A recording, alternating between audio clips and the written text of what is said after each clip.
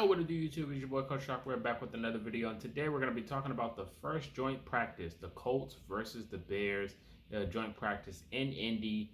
And things are looking on the bright side up, I would say. A lot of names, had some good days. You had a little bad moments as well. I want to start off by saying, before we get into it, hit the like button. Also subscribe if you hadn't, and comment your thoughts about the joint practice. If you're not following social media, especially Twitter, I would say do so. If you're not able to make the camps or anything, we have a lot of reporters and a lot of fans that get footage and post about the practices and the training camps, all those things on Twitter. So definitely find you on Twitter and stay posted, man. Definitely. And I do retweet most of it too. So if you follow me on there, you'll see all of it. So you'll stay tuned. But let's hop into the video.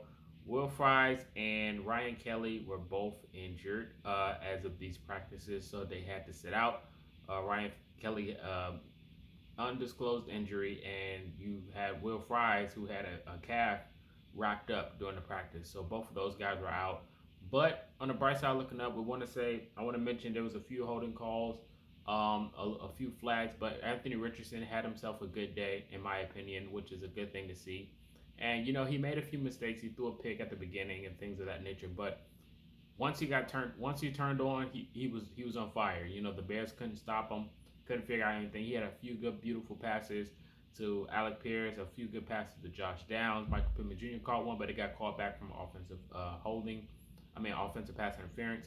But he threw a few good balls out there against Chicago. Chicago couldn't find some answers, and the defense for the Colts had some good shining stars out there. Nick Cross had himself a day, which is a good thing to hear. Nick Cross waiting for his opportunity to strike. I think Nick Cross is definitely a guy who, once he gets his moment in the right system and he learns the system and he out there on the field, I feel like he's going to fly around the field. I think he's going to be that guy for the Colts defense to turn it up a notch, especially out there with the ones, man. If he's out there with the starters, it's going to be a good thing. Of course, we know that Anthony Richardson is starting from reports 2 days ago that they said they were starting Anthony Richardson versus Jacksonville, the season opener, which is a good thing because we want to get Anthony Richardson ready and actually polished, because he's still unpolished. He's still an unpolished quarterback, even though he's athletic, the most athletic out of the group, out of the draft. He's very talented. He just has to play the game. He only had 14 professional snaps going into Indianapolis as the quarterback for this team, college related. So he's not really experienced like that, but he's so poised and he's so smart that it looks like he's been playing this for decades. So it's a good thing he's ahead above his class when it comes to these type of things.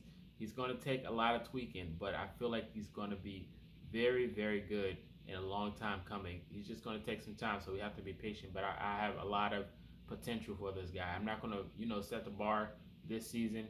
Just going to let it play out. He's a rookie. He's still got to get his feet under him, so it's going to take a while. But it's good to know that he had a good joint practice. I think they said something about 15 passes out of 20, or 21, 15 out of 21 or something like that.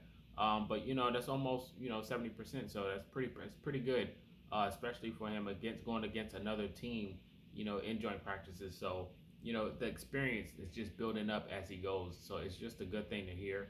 Moving forward, Josh Downs, like I said, he had a good day. Evan Hall had some moments. The offensive line still got to figure it out. They got to get some depth in there, man. They really do. I think that's the biggest question moving forward, is the depth of the offensive line. And it's almost been, the same thing last year and the year before, the offensive line depth. And we're not the only team that goes through that. I think a lot of Colts fans have this, this aura that the Colts are the only team that goes through these type of situations. I think every team does not have really good offensive line depth when you look at it. So it's kind of, normal when you look at it from the outside looking in. Avery, definitely, Avery, I almost forgot. Avery got hurt as well.